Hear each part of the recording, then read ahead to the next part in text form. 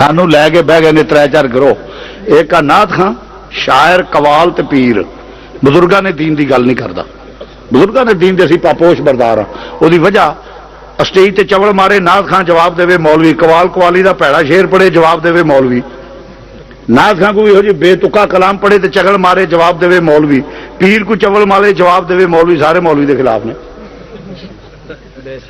میں صحیح تو دساں؟ جواب دے مولوی. اور تاریخ ختم نبوت ہوئے، مسئلہ ختم تاریخ ختم نبوت، تاریخ اسلام نظام مصطفیٰ ہوئے، تاریخ تفض ناموس رسالت ہوئے، یا کوئی مذہبی مسئلہ ہوئے، جیل جائے مولوی، مار کھائے مولوی، لاٹھی چارے چلے مولوی، گالا کھائے مولوی، ڈنڈے کھائے مولوی، مقدمے چلے مولوی. ان عاشقاں چوں ایک کدی سامنے نہیں آیا. تم دیکھ لو ایک اتنا بڑا شان ہو گیا کراچی دا، کسی پیر دا بیان آیا، کسی نعت خاں دا، کسی قوال دا، کسی شاید سوال ہی پیدا نہیں ہوتا. وہ تے جی رات نوں لاپرے نہیں آتے.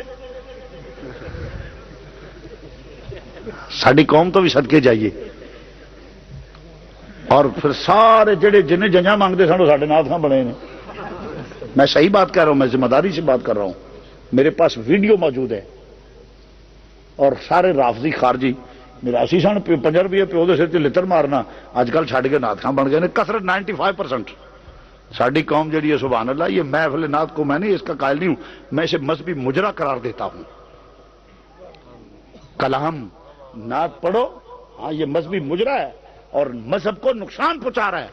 غیر ذمہ دارانہ گفتگو ذمہ دار، چونکہ اسٹیج مذہبی ہوں اس واسطے جواب مولوی دے. اعتراض مذہب تے وہ سب اپنے آپ ذمہ دار ہیں. سنیوں کا وہ عقیدے نہیں. اگلے دن ایک ناز میں پڑھے میں عشر والے دن کملی تھلے لوک جاگا، اللہ مینوں لبے گا. میں کہ بندے دا پتر میں تھلے بس چول دی چول نہ ہوئے تے اللہ کو لکدا پھرنا تو کفر بکنا پیا. ایک کفر ہے، اللہ کو کیڑا لکے گا؟ اچھا میں کملی تھلے لک جاگا، پاگل دا پتر نہ ہوئے تے. میں کہ ضلالت تسی کرو تے جواب اسی دئیے. اور پھر اج کل تے انج بھی عجیب ہو گیا. پہلے ہوں سن نعت کو معقول نعت پڑھی جانی. ماشاءاللہ مسلم شیخ برخودار نے پڑھی، میں پہلے سمجھا نہیں لگیا کیا خوبصورتی سی اور کتنا پیارا عشق ہے حضور نال. ہوں ڈسکو دور ہے، سرما پاواں پہلا ہونا کہ چمک تجھے پاتے ہیں سب پانے والے، میرا دل بھی چمکا دے چمکانے والے. اعلیٰ دل دے یا آخنا بھی عجب رنگ پر ہے بہار مدینہ کے سب جنتیں ہیں نثار مدینہ. جے کسے سادے ناز پڑھنے انہوں نے ٹھنڈی ٹھنڈی وگنی ہے پورے دیے وائے نہیں، آخی نبی پاک نو سانو بھی بلائے نہیں. انہیں بڑے ٹھنڈے جا پیار نہ گل کر. ہوں ڈسکو دور ہے، ہوں تو جناب علی کمال ہو گئی. ہوں سرما پاواں، کنگھی واواں، زلفاں لاواں، سرخی لاواں، پاؤڈر لاواں، ساڑی سواواں، اتنے جناب تلے دا کام کڈاواں، اچھی اڈی والی جتی پاواں، پوری چمک چھلو بن کے پھر مدینے شریف جاواں. میں کہا تو حضور دی بارگاہ چ حاضری دین چلے ہیں کہ ارباں دے بالاں دیاں ودائیاں اران جانا ہے. یہ کہڑی نعت کیا تماشا. اور سب اور میراسی جنہ دا کوئی مذہب نال پتہ ہی تعلق ہی نہیں، اور جو کرتے ہیں سٹیج مذہبی ہوں جواب مولوی دے. جواب مولوی دے. ہائے ہائے. ایک بات عرض کر کے آگے چلتا ہوں.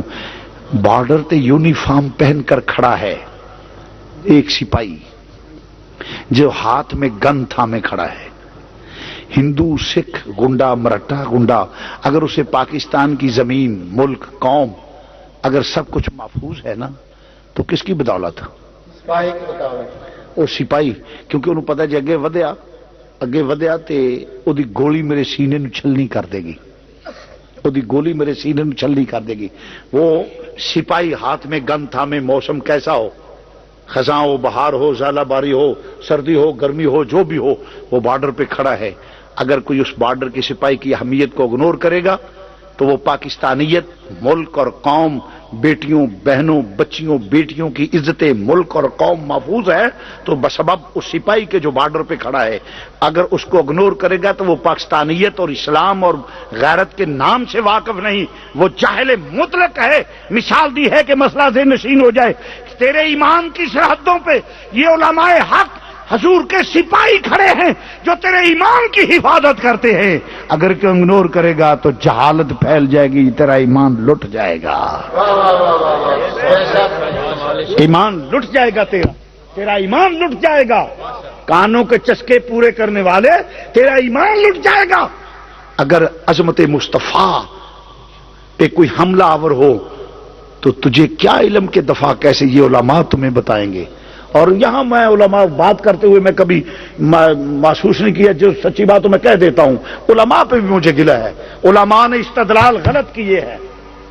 حسان بن ثابت او جی حضور دے سنا گا نبی نے چادر وچھاتی جی تے ممبر تے بہاتا، ادو جلسیاں دا رواج نہیں سی، ادو جدے تے تنقید ہوندی سی وہ بھی شاعری چ ہوندی سی۔